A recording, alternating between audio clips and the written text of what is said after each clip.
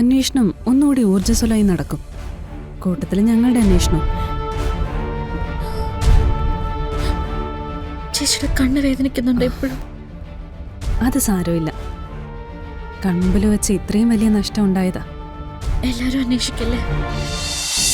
Benjamin sir, ലൈബ്രറിക്ക് മുമ്പിലുള്ള ജംഗ്ഷനിൽ വന്നാൽ മതി. Okay okay.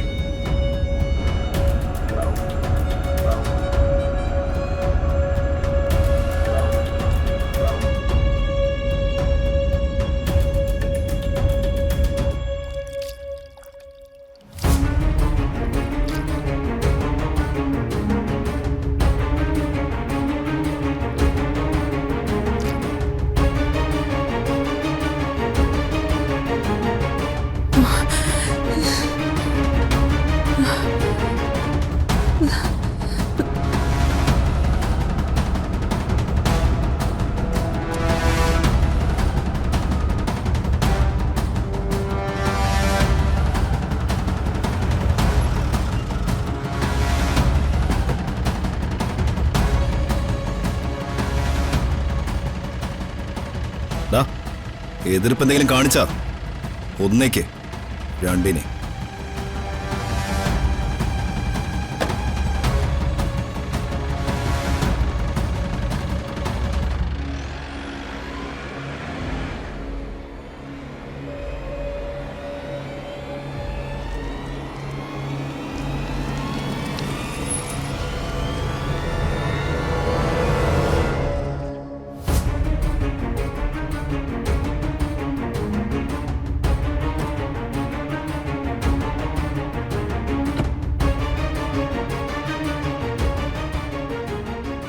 ബെഞ്ചമിൻ, അവരെങ്ങനെ അവിടെ എത്തി?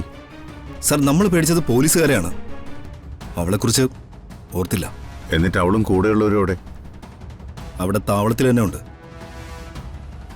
അവള് ഇനി അടങ്ങിയിരിക്കില്ല. അവളെ നമുക്ക് പ്രത്യേകം ഒന്ന് കാണേണ്ടി വരും. സാർ, ഇനി ഇത് സേഫ് അല്ല. അന്വേഷണം അതിശക്തമായി മുന്നോട്ട് പോയിക്കൊണ്ടിരിക്കുക. ശ്യാമ നോർമലായി തുടരുന്നു, അതാണ് പ്രശ്നം. ഇനി ഇവൾ നോർമലായി തുടരാൻ പാടില്ല. ഗായിക ശ്യാമ താനാണെന്നല്ല, ഗായിക ശ്യാമ എന്ന് കേൾക്കുമ്പോൾ അത് ആരാണെന്ന് അവൾ ചോദിക്കണം. അത്രേ വേണ്ടൂ അവൾക്ക് ഭൂമിയുമായിട്ടുള്ള ബന്ധം. അതിനുള്ള മാർഗം? മാർഗമുണ്ട് ബെഞ്ചമിൻ. ശ്യാമ ഇനി ഈ നാട്ടിലുണ്ടാവരുത്. തമിഴ്നാടിന്റെ അതിർത്തിയിൽ ഒരു സ്ഥലത്ത് ഞാനൊരു കാര്യം റെഡിയാക്കിയിട്ടുണ്ട്. മലയാളത്തിന്റെ പ്രിയപ്പെട്ട ഗായിക ശ്യാമയ്ക്ക് വിശ്രമിക്കാൻ. എന്തിനാ എത്ര റിസ്ക് എടുക്കുന്നത്? അല്ല, അവര് ജീവിച്ചിരിക്കുന്നോണ്ട് എന്താ പ്രയോജനം? പെട്ടെന്ന് അങ്ങനെ ചോദിച്ചാൽ ഒന്നുമില്ല. പക്ഷേ ഗായിക ശ്യാമയുടെ സമ്പത്തിനെ കുറിച്ച് അറിയുന്ന ഒരാൾ അങ്ങനൊരു ചോദ്യം ചോദിക്കുകയില്ല. സാർ, ശ്യാമയെ ജീവനോടെ സൂക്ഷിച്ചു വച്ചിരിക്കുന്നതിന് ഒറ്റയൊരു കാരണമേ ഉള്ളൂ.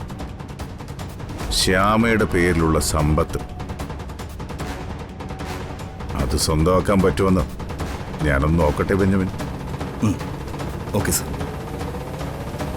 അപ്പൊ പറഞ്ഞ പോലെ തൽക്കാലം ശ്യാമയുടെയും അമൃതയുടെയും മുന്നിലേക്ക് ഞാനില്ല. എന്റെ ഇൻവോൾവ്മെന്റ് അവരറിയാൻ വേണ്ട. വാക്കാണ് സാറേ. ബെഞ്ചമിന്റെ കാവൽ കണ്ണുകളുടെ അടുത്ത് നിന്ന് ശ്യാമയും അമൃതയും ഇനി ആരും കൊണ്ടുപോകില്ല.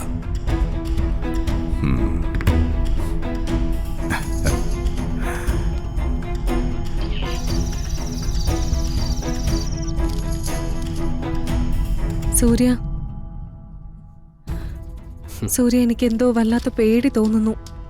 എന്തിന്? ഇതുവരെയുള്ള പ്ലാനിംഗ് ഒക്കെ കറക്റ്റ് അല്ലേ? പിന്നെന്താ പേടിക്കാൻ? എന്താണെന്ന് അറിയില്ല. ഞാനിപ്പോൾ വീടിനകത്തുണ്ടെന്ന് ഗൗതമൻ അറിയില്ല. അതറിയാതിരിക്കുന്നത് തന്നെയാണ് നമ്മുടെ ബലവും.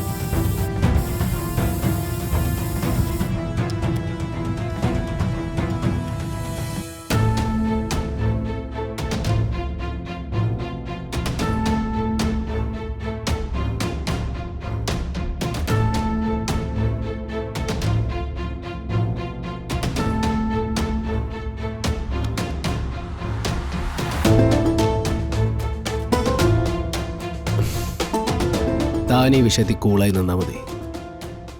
ഞാനല്ലേ ഇത് കൈകാര്യം ചെയ്യുന്നേ. ഞാൻ നോക്കിക്കോളാം. സൂക്ഷിക്കണം സൂര്യ.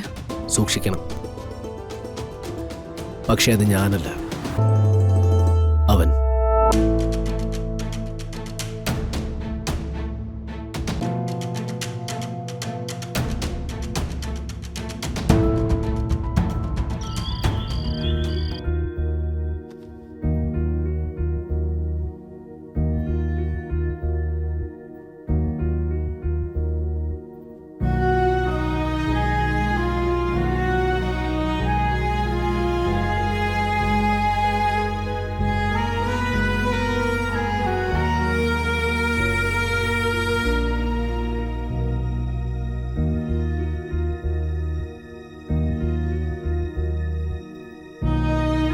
രാധികെ, ചെറിയമ്മയെ കണ്ടെത്തിയപ്പോ നിന്റെ മുന്നിൽ കൊണ്ട് നിർത്തണം തന്നെയാ ഞാൻ ആഗ്രഹിച്ചത്. അതിനു വേണ്ടിയാ ഞങ്ങൾ ഫൈറ്റ് ചെയ്തത് മുഴുവനും. പക്ഷെ അമ്മ ശരിക്കും കണ്ടോ?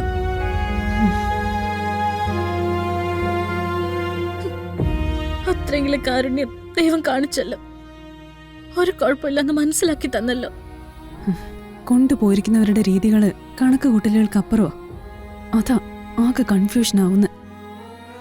ചിലപ്പോ അമ്മയും ഞാനും തമ്മിൽ കണ്ടുമുട്ടാനുള്ള സമയം ഈശ്വരൻ ഇനിയും തീരുമാനിച്ചിട്ടുണ്ടാവില്ല. അങ്ങനെ കരുതാനല്ലേ പറ്റുമല്ലേ?